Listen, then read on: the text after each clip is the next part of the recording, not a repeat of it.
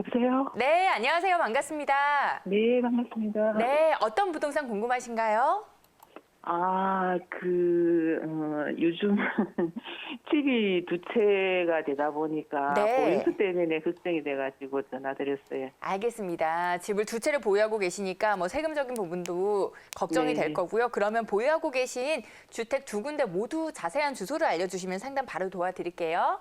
지금 현재 살고 있는 데는 부산시 사하구 나대로 126번 길 77번에 살고 있습니다. 네, 여기에 거주를 하고 계시고요. 네네네. 그리고 또 거주하고 계신 곳 외에 다른 주택 주소는 어떻게 될까요? 거기는 제가 이제 분양권인데 거기서 18년을 살다가 네. 재개발된 데 가고 이주를 하래 가지고 급하게 사가지고 이리 왔어요. 그래서 2주택이 됐습니다. 알겠습니다. 그러면 지금 거주하고 계신 곳이 다세대인 건가요? 아니면 다가구인 건가요? 저기 4층이니까 다세대택인데 뭐 공실도 있고 이렇습니다. 상가주택에 거주는 하시고 나머지는 세를 주고 계시는 상태인 건가요? 제가 거주하면서 또 장사도 하면서 하는데 또 장사도 하시고요. 네네네. 상가주택이신 것 같아요. 예. 알겠습니다. 그러면 부산 사하구에 보유하고 계시면서 거주하시는 상가주택 그리고 기존 집이 이제 재개발이 되면서 급하게 이주를 하신 것 같아요. 자세하게 보유 전략 도움 드릴 테니까요. 전문가님 만나보세요. 네. 안녕하십니까. 반갑습니다. 네, 안녕하세요. 반갑습니다. 요즘 뭐 부산 지금 좀 시끄럽죠. 왜냐하면 네. 지금 공항 이전 관계 때문에 지금 네. 많은 어떤 혼란이 좀 있는데 네. 어떻게 됐든 간에 좋은 쪽으로 결론 났고요. 또 한 가지는 우리 시청자님 입장에서는 공항이 이전하는 게 좋습니까? 아니면 그 자리에 있는 게 낫습니까? 이전하는 게 좋지. 이전하는 게 좀 시끄러우니까요. 그죠? 네네네. 자, 우리 시청자님 지금 가지고 있는 이 자체로는요. 네. 지금 1가구 2주택자는 아닙니다. 그래요? 실제로 지금 일시적 1가구 2주택이고요. 네. 지금 재개발이 들어가면서 기존에 갖고 있던 집이 지금 멸실되는 이런 상황이고요. 네, 맞아요. 그다음에 입주된 다음에 예. 기존 주택이든 아니면 입주된 주택을 3년 이내만 팔게 되면 예. 거주 요건을 그 전에 재개발 들어가기 전에 거주 요건이랑 보유 요건이 이미 다 10년 이상 넘어갔잖아요. 예. 그래서 팔게 되더라도 양도세는 부과받지 않는다 이렇게 볼 수 있고요. 예. 그다음에 지금 우리 시청자님이 지금 가지고 계시는 이곳 같은 경우도 신평 1동에 이 바로 앞에 가요. 이렇게 보시면 공업단지잖아요. 예. 그죠? 그래서 옛날 같으면 조금 혐오시설 혹은 거주 요건으로는 공업단지 옆에 있는 쪽으로는 가게 되면 조금 공해물질도 나오고 좀 안 좋지 않느냐 이런 이미지가 있었잖아요. 그죠? 예. 그런데 이렇게 이제 우리나라뿐만 아니라 전 세계가 이제 비대면 4차 산업 AI 시대가 열어지면서 가면 갈수록 이런 2차 산업 혹은 1차 산업에 가까운 원자재 산업들이 지금 3차 산업, 4차 산업으로 바뀌고 있습니다. 그러다 보니까 이런 공업지 형태가 지금 산업지 형태로 바뀌고 있고요. 예. 산업지 형태와 공업지 형태에 큰 차이가 있냐라고 물어보시면 첫 번째는 공해와 소음이 좀 안 나오는 이런 구조로 바뀐다. 그리고 실제로 작업복 입고 출근하는 이런 구조가 이제 넥타이 메고 출근하는 이런 구조다 이렇게 보시면 맞고요. 예. 그래서 이 앞쪽에 있는 이러한 땅들이 이런 건물들이 서서히 없어지고 이 앞쪽이 공업지가 아니라 준공업지입니다. 그래서 공업지 역할도 하고 주거지 역할도 하고 상업지 역할도 하거든요. 그래서 이런 데가 이제 앞으로 산업지 형태로 바뀝니다. 그래서 우리 시청자님이 지금 가지고 있는 집도요. 지금 재건축 재개발 들어간 상태에서 3, 4년 후에 입주 들어간 후에 그 다음 정도 되면 우리 또 시청자님이 갖고 계시는 이쪽 지역의 집도 또 재개발 혹은 가로정비 사업이 움직일 수 있다 이렇게 보여지기 때문에요.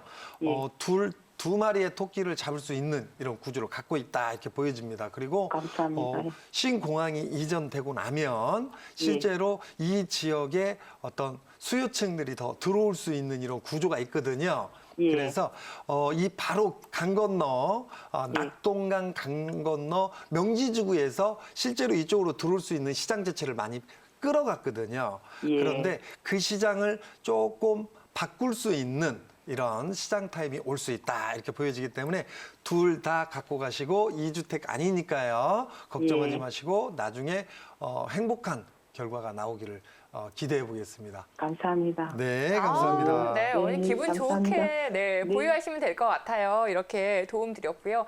내가 살고 있는 집이 이제 재개발이 된다. 그렇게만 돼도 좋을 텐데 또 그래서 옮긴 집이 또 개발 이슈에 대한 기대감까지 가지고 있다라고 네네. 하니까 마음 편안하게 계속해서 가져가시면 될 것 같고요. 정말 부산이 뜨겁습니다. 뭐 해운대구, 수영구 등등을 규제 지역으로 묶다 보니까 지금 어머님이 문의 주셨던 뭐 사구를 비롯한 비규제 지역의 풍선 효과가 그대로 또 나타나고 있거든요. 네네. 지금 이러한 부동산 시장에서 부동산 앞으로 부산의 부동산 시장의 흐름 어떻게 이어질 걸로 예상을 하실까요? 일단 전국적으로 보시면요. 우리가 이제 앞으로 부동산 가격이 어떻게 될 건가요?라고 얘기하기 전에 네. 우리가 지금 아파트가 왜 올랐는가를 좀 보고 그 올라감이 잘못됐을 때 올라감의 어떤 동력이 끊어졌을 때에 어떻게 되는가를 먼저 보는 게 맞겠죠. 그래서 지금 현재 대한민국 주택시장으로 보면 2011년도부터 실제로 살짝 올라가는 이런 그림이 나왔다고 봐야 되나요? 네. 시장 자체가 이제는 더 이상 안 떨어질 거야. 이제는 조금 찍을 만큼 찍었다. 바닥까지 왔으니 네. 이제는 좀 올라가지 않겠느냐라고 아. 봤던 시장이고요. 네. 2012년, 13년도부터 들어와서 어떤 주택시장의 은행 규제 이런 부분이 좀 완화가 됐고요.